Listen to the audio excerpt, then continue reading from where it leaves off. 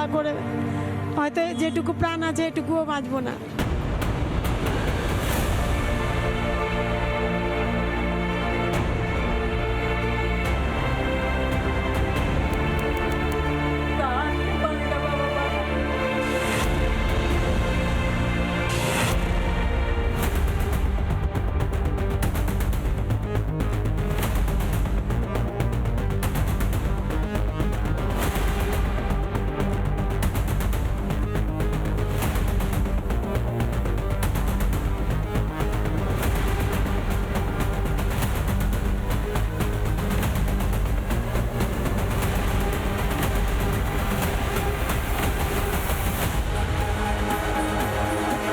কেন্দ্রের ওয়াকফ আইনের বিরোধিতা না ঠান্ডা মাথায় পরিকল্পনা করে অশান্তি ছড়ানোর চেষ্টা।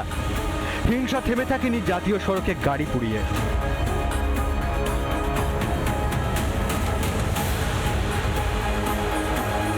শুক্রবারের দিন ছিনতাই করে গেছে আর শনিবারের দিন এসে ফের ভাঙচুর করে আগুন পাগুন লাগিয়ে জ্বলিয়ে 2-3 হাজার লোক ছিল, চারদিক থেকে ঘিরে নিয়েছিল। জায়গা ছিল 70,000 পুড়ে গেছে।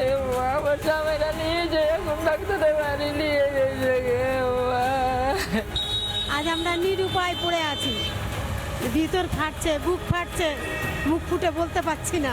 যদি এখানে বেসার ক্যাপ না দেয় তো বোধহয় এটুকুও প্রাণ থাকবে না, আমাদের প্রাণ চলে যাবে। 3 তলা উপর থেকে ঝাঁপ দিয়ে দিয়ে লোকের গায়ে পড়ে আমরা বেঁচে কথা বলছি, নাহলে মরেই গেছিলাম আমরা। এইরকম পরিস্থিতি কেন হলো? আমরা কি হিন্দু? সেই জন্যই হলো পশ্চিমবাংলায় বাস করতে পারবো না?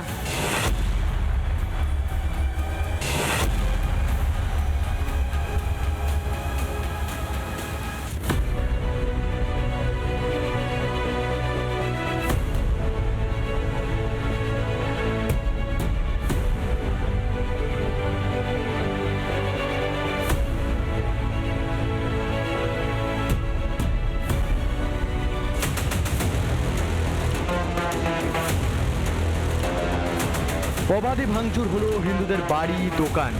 পুলিশ দূরে দাঁড়িয়ে দেখলো। বিএসএফ মোতায়েন করা হলেও তাদের দাঁড় করিয়ে রাখা হলো জাতীয় সড়কের ওপরে। ধুলিয়ানের ভেতরে ঢুকতে দেওয়া হলো না বিএসএফকে। এই জাফরাবাদ গ্রামে এবং এখানে এসে যে ছবিটা দেখা গেল যে একেবারে বিভিন্ন বাড়িতে যে তাণ্ডব চালানো হয়েছে, একেবারে লন্ডভন্ড অবস্থা। সেই টালির চাল পুরো একেবারে ভেঙে ফেলে দেওয়া হয়েছে, বিভিন্ন বাড়িতে আগুন ধরিয়ে দেওয়া হয়। এই মুহূর্তে এই এলাকাতে আর কোনো মানুষজন নেই। বাড়ি ছেড়ে খাট রয়েছে, এখানে একেবারে বালতি উনুন রয়েছে, অর্থাৎ এখানে রান্না করা হতো। এখানে থাকতেন মানুষজন থাকতেন। বালতিতে আধ বালতি জলও রয়েছে, সেই ছবিও দেখা যাচ্ছে। হাঁড়ি রয়েছে, বাকি জিনিসপত্র রয়েছে, একটি ব্যাগ রয়েছে। সব কিছু থাকার পরেও, অর্থাৎ এখানে মানুষ বাস করতেন, সেখানে আগুন ধরিয়ে দেওয়া হয়। রতনপুরে যে চৌমাথার মোড় রয়েছে, সেই চৌমাথা মোড়ে এই মুহূর্তে ছবিটা দেখাবো যে যেভাবে একেবারে বিভিন্ন দোকানের জিনিসপত্র নিয়ে এসে রীতিমতো পুড়িয়ে ফেলা হয়েছে। এটা যে দোকান ছিল এবং সেই দোকানের মধ্যেও যে একেবারে রীতিমতো তাণ্ডব চালানো হয়েছে। দোকানের ভিতরের অংশে তাণ্ডব চালানো হয়েছে মিষ্টির দোকান, এবং সেই মিষ্টির দোকানেও ভেঙে তছনছ করে দেওয়া হয়েছে এবং এখনো পর্যন্ত ছড়িয়ে ছিটিয়ে রয়েছে মিষ্টির প্যাকেট এবং বিভিন্ন রকমের মিষ্টি ছড়িয়ে ছিটিয়ে রয়েছে। এবং নারায়ণ সাহার মুড়ির দোকান একেবারে ভেঙে তছনছ করে দেওয়া হয়েছে। ধুলিয়ান ঘোষপাড়ায় এই দোকানে নেই আনন্দ, নেই হালখাতা। নবান্ন হতো হয়তো, কিন্তু যে চাল দোকানের তা পড়ে রয়েছে এবং তাতে মাছি ঘুরে বেড়াচ্ছে। শুক্রবারের ঘটনার পর কার্যত গোটা দোকান জুড়ে তাণ্ডব চালিয়েছে হামলাকারীরা।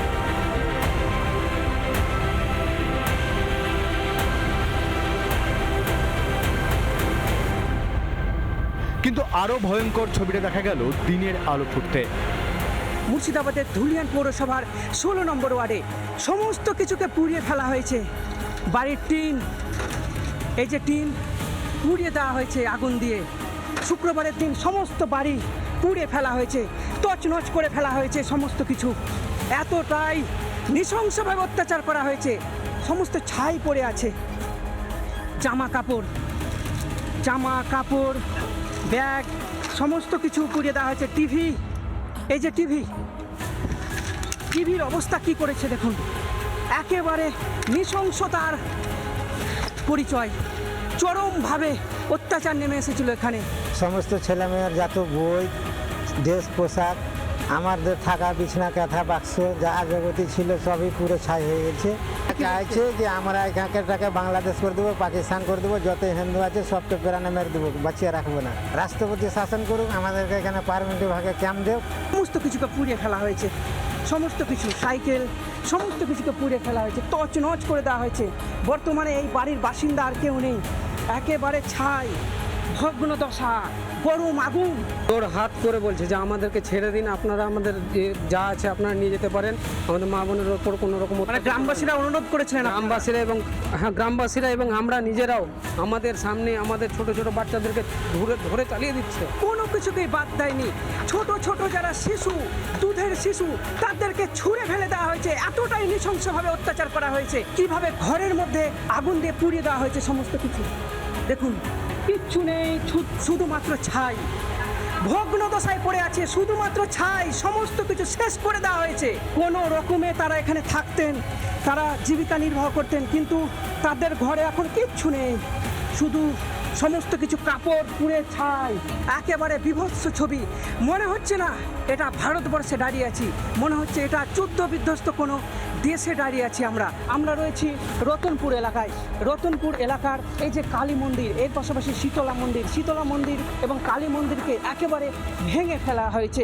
দেখতে পাচ্ছি পুরো মন্দির চত্বর একেবারে এলোমেলো, ওপরের ফ্যান ভেঙে ফেলা হয়েছে, সমস্ত কিছু ভেঙে ফেলা হয়েছে। এই যে ইট, মন্দিরে ইট পাটকেল ছোড়া হয়েছে, বড় বড় ইট। এখানে মূর্তি ছিল, মা শীতলার মূর্তি ছিল, সেই মূর্তি ভেঙে গুড়িয়ে দেওয়া হয়েছে, সমস্ত কিছু গুড়িয়ে দেওয়া হয়েছে। দুষ্কৃতি রাজ চলছে, মনে হচ্ছে না এটা শামশেরগঞ্জ, মনে হচ্ছে কোনো প্যালেস্তাইন, সিরিয়া বা লিবিয়ার ঘটনা। আমি এই মুহূর্তে দাঁড়িয়েছি মুর্শিদাবাদের শামশেরগঞ্জের 16 নম্বর ওয়ার্ডে। সমস্ত কিছু পুড়িয়ে ফেলা হয়েছে।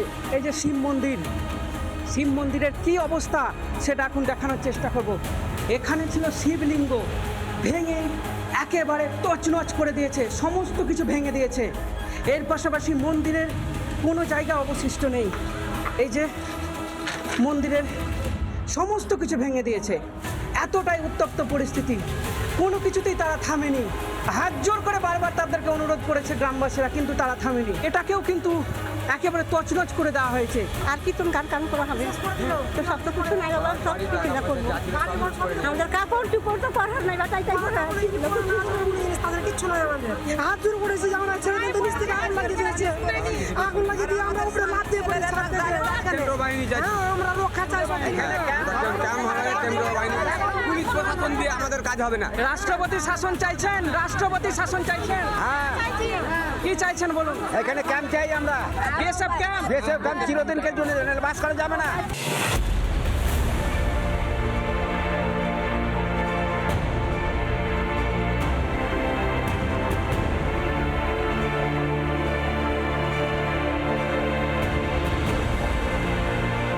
স্বাধীন ভারতে নিজ ভূমে উদ্বাস্ত হলেন ধুলিয়ানের কয়েকশো হিন্দু পরিবার। প্রাণ বাঁচাতে ভিটেমাটি ছেড়ে আশ্রয় নিতে হলো মালদহের পারলালপুরের একটি স্কুলে।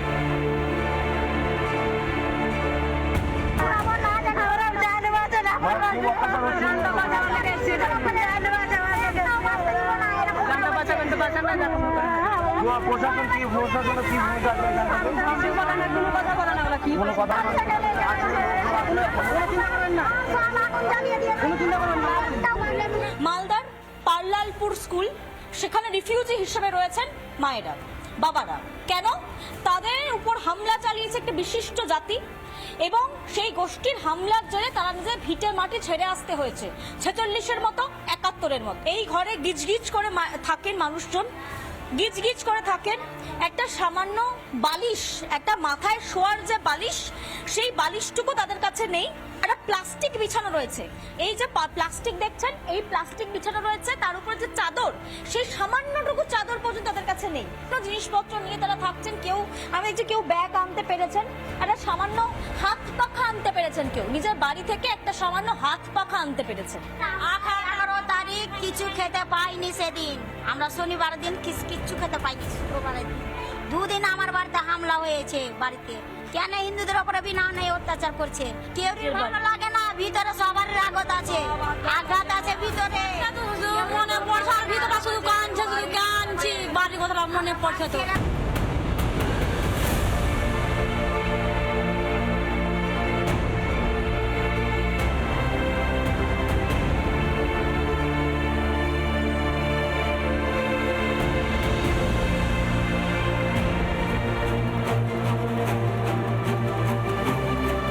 উদ্বাস্তু শিবিরে এনে ফেললেও ওষুধপত্র বা প্রয়োজনীয় জিনিসপত্রের ব্যবস্থা করেনি প্রশাসন।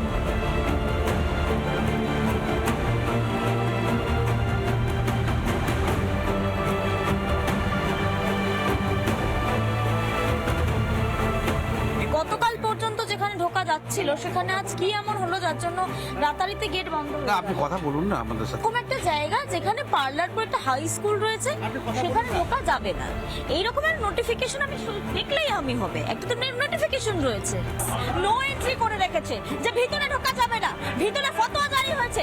নোটিফিকেশন কোথায়, কি নোটিফিকেশন আছে, কি জন্য মিডিয়া অ্যালাউড নয়, সেটার কোনো উত্তর নেই। তার কারণ ভিতরে ওষুধ নেই, ভিতরে সমস্যা চলছে, বাইরেতে বেরোতে আসতে দেওয়া হচ্ছে না, বেরোতে দিচ্ছে না। বেরোতে তো দিচ্ছে না, ওষুধটাই না দিচ্ছে না আমাদের। কেন আপনাদের বেরোতে দিচ্ছে না? কি হয়েছে যে বেরোতে দেবে না? না, আমরা মার্ডার করেছি না এখানে আমরা। আপনি মার্ডার করেছেন? হ্যাঁ, মার্ডার ক্রিমিনাল? এখানে আমরা। আপনারা কতজন আছেন? মোটামুটি এখানে 600 জনের মতো আছে।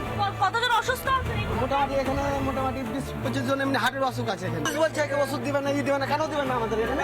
সবাই তো হবে না, এখানে আমরা মার্ডার করে এসেছি এখানে। এখানে সবারই অধিকার আছে, এখানে আমরা আমাদের পুলিশ নিয়ে আসছি, আমাদের এখানে জনগণ নিয়ে এসছে, আমাদের এখানকার এখানে বাসিন্দা নিয়ে এসছে। আমরা খেতে আপনাদের কি পুলিশ উদ্ধার করেছিল না আপনারা এসেছিলেন? না, পুলিশ উদ্ধার কি করে? পুলিশ তো ভয় পালাচ্ছে, কি করে আসে? কি হয়েছে আপনার? আমার হাট ব্লক হয়েছে, হ্যাঁ। হাট ব্লকে আর থাকতে পারি না রাত্রে, খুব মরমর অবস্থা। হ্যাঁ। ওষুধ পানি নাই আমার কাছে, কেন ওষুধ বা পুলিশ এনে দিচ্ছে না, পুলিশ দিচ্ছে না? এনে দিচ্ছে না। এই জন্য মিডিয়াকে ঢুকতেছেন ওই লেগে ঢুকতেছেন আপনারা মিলোকে। জ্বরের ওষুধ হবে, ঠান্ডার ওষুধ পাওয়া যাচ্ছে না, এই বয়ে চলছে এখানে কেসটা।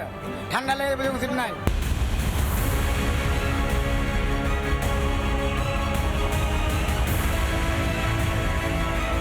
আর যারা ধুলিয়ানে থেকে গেলেন তাদের দুর্দশার শেষ ছিল না। শেষ সম্বলটুকু পুড়িয়ে দিয়েছিল জেহাদিরা।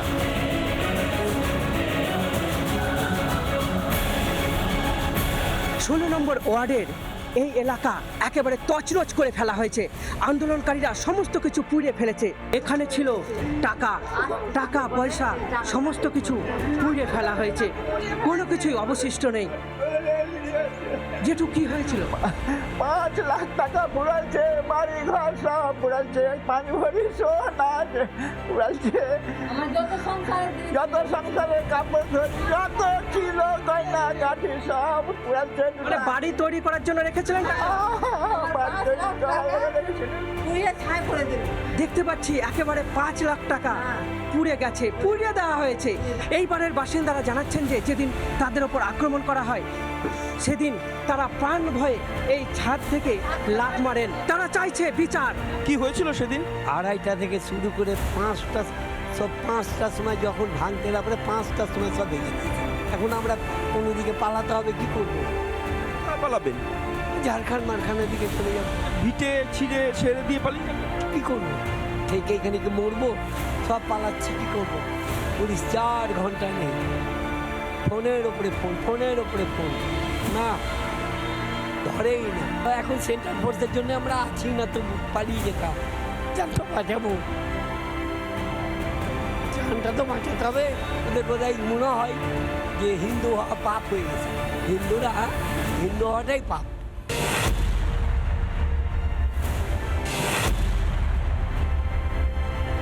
ভয়াবহতার এখানেই শেষ নয়, এরপর সামনে এলো গোটা দেশকে নাড়িয়ে দেওয়া সেই নৃশংস খুনের খবর। জাফরাবাদে বাবা হরগোবিন্দ দাস ও ছেলে চন্দন দাসকে পিটিয়ে কুপিয়ে খুন করা হলো।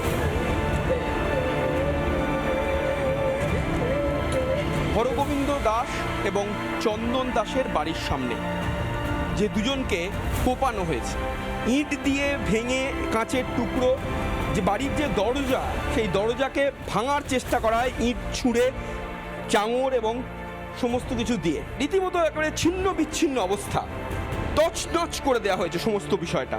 বাড়ির মধ্যে এইভাবেই হামলা চালানো হয়। বাড়ি থেকে এই সিঁড়ি দিয়ে টেনে হিঁচড়ে রীতিমতো বের করে নিয়ে যাওয়া হয় এবং যারা স্থানীয় রয়েছে তারাই বলছেন যে এই পথ দিয়েই তাকে নিয়ে যাওয়া হয়েছিল।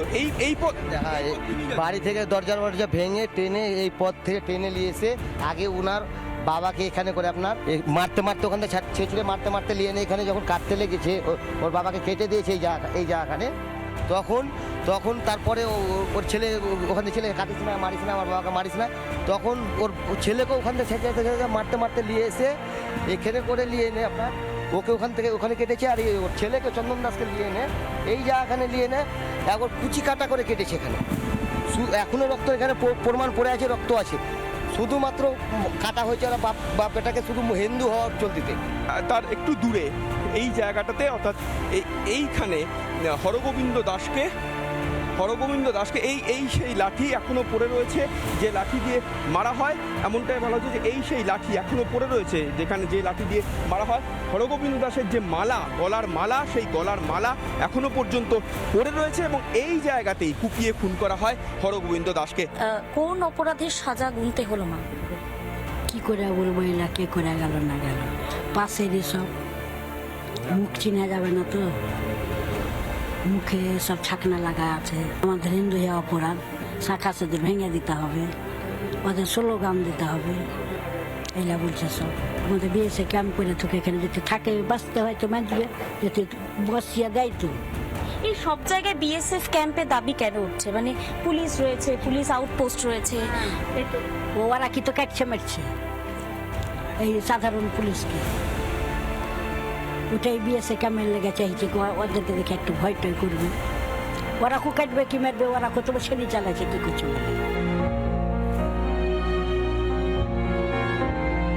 গোটা দেশে ঢিঢি পড়ে গেল, কিন্তু সে সময় ধুলিয়ানে যাননি মুখ্যমন্ত্রী। পুলিশের ব্যর্থতা স্বীকার করা তো দূরে থাক, মমতা বহিরাগত ও বিজেপির ঘাড়েই দায় ঠেলেছিলেন। ধুলিয়ানে দুটো ওয়ার্ডে হয়েছে, সেটাও বহিরাগতরা কিছু লোককে স্থানীয় সাথে নিয়ে কিভাবে করেছে সে চক্রান্ত ফাঁস আমরা করে দেব। যেখানে গন্ডগোল হয়েছে মালদা সিট, ওটা কংগ্রেসের জেতা আসন, জেতবার সময় তারা জিতবে, আর দাঙ্গা হলে তখন রাস্তায় বেরোবে না, কন্ট্রোল করবে না, এটুকু আশা আমি করি না। পাবলিক রিপ্রেজেন্টেটিভদের সাথে থাকা উচিত। তৃণমূল কংগ্রেস যদি করতো, বিজেপির জেনে রাখা উচিত, তাহলে তৃণমূল কংগ্রেসের 3 জন এমএলএর বাড়ি আক্রান্ত হতো না।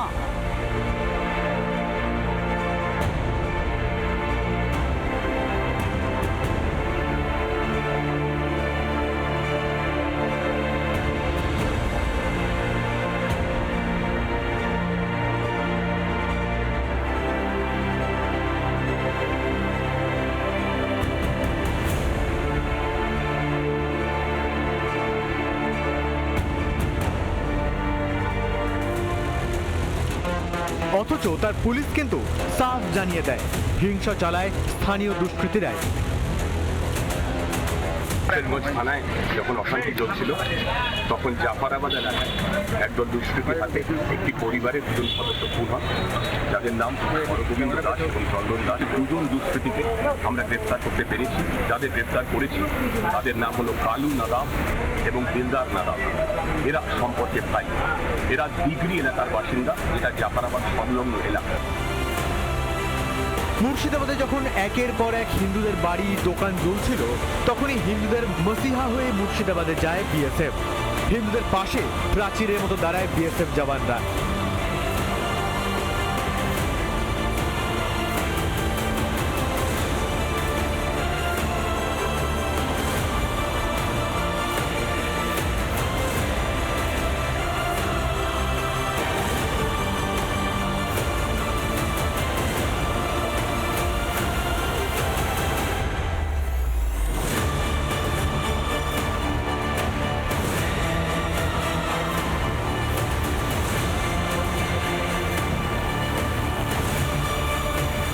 কলকাতা হাইকোর্টের নির্দেশ পাওয়ার পরই ইতিমধ্যেই মুর্শিদাবাদের অশান্ত যে সমস্ত জায়গাগুলো রয়েছে, শামশেরগঞ্জ, সুতি এবং একই সঙ্গে জঙ্গিপুর, সব জায়গাতেই বিএসএফ মোতায়েন করা হয়েছে এবং বিএসএফ বিভিন্ন এলাকা ঘুরে দেখছেন, গ্রামের ভিতরে তারা রুট মার্চ করছেন, যারা আক্রান্ত হয়েছেন তাদের সঙ্গে কথা বলছেন এবং কোনো রকম যাতে অশান্তি, নতুন করে যাতে কোনো রকম অশান্তি যাতে না তৈরি হয় সেই দিকে একেবারে খেয়াল রাখছেন।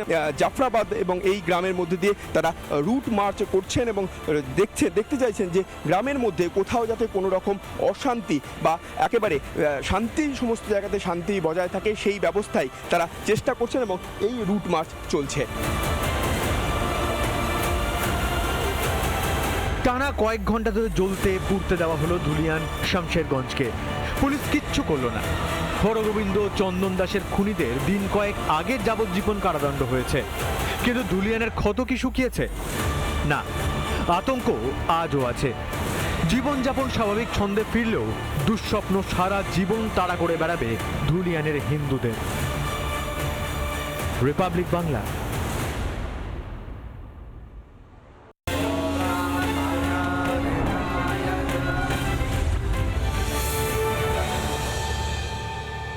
নানা ধরনের কন্টেন্ট দেখার জন্য লাইক করুন, শেয়ার করুন আমাদের ফেসবুক পেজ, সাবস্ক্রাইব করুন আমাদের ইউটিউব চ্যানেল। পাশাপাশি অন্যান্য ব্রেকিং নিউজের জন্য অবশ্যই চোখ রাখুন রিপাবলিক বাংলায়।